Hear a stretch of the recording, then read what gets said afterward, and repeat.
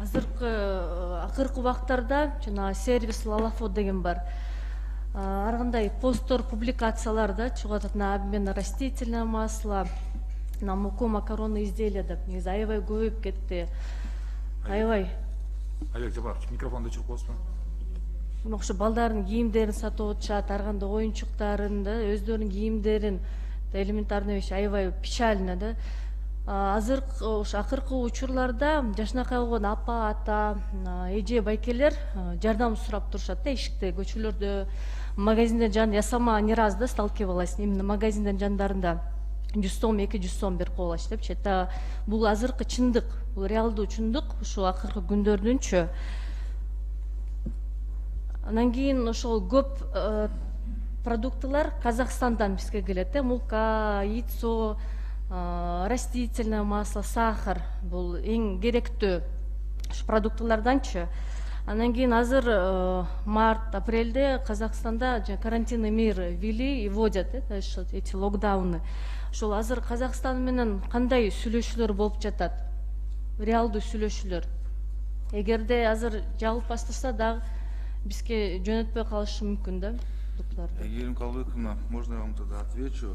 Как вы знаете, пандемия началась с начала 2020 года. Несмотря на это, на бурное развитие этой пандемии по всему миру и также в нашем регионе, в рамках Евразийского экономического союза есть договоренности глав государств, что не будут прекращены торговые артерии.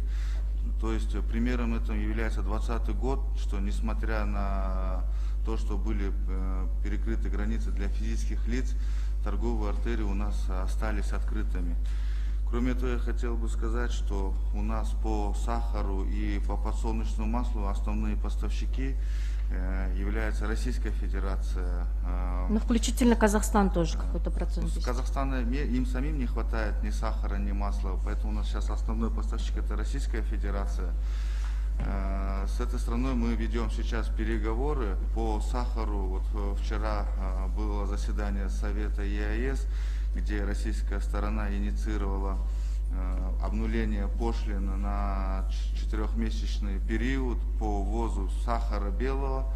В рамках этих переговоров мы также предложили взять квоту по нулевым пошлинам по 30 тысяч по завозу белого сахара в размере 30 тысяч тонн и сахара сырца для обеспечения работы наших заводов на 50 тысяч тонн. Эти переговоры договорились провести в течение 2 недель и 22 апреля уже сесть и принять решение по данному вопросу. Что касается масла, мы все прекрасно понимаем, что есть разные виды и разные причины роста цен. Есть провалы рынка, когда происходит дефицит, а есть причина, когда просто растут биржевые цены, исходя из ожиданий. То есть мы прекрасно знаем, что в прошлом году из-за засухи были сокращены сбор урожая по подсолнечным семенам, то есть это сырьевая база для масла.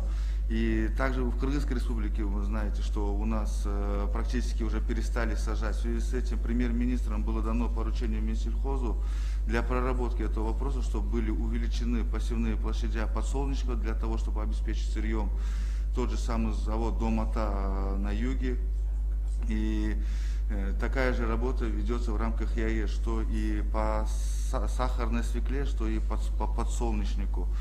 Такие ситуации идут циклично, каждые 2-3 года они в мире повторяются.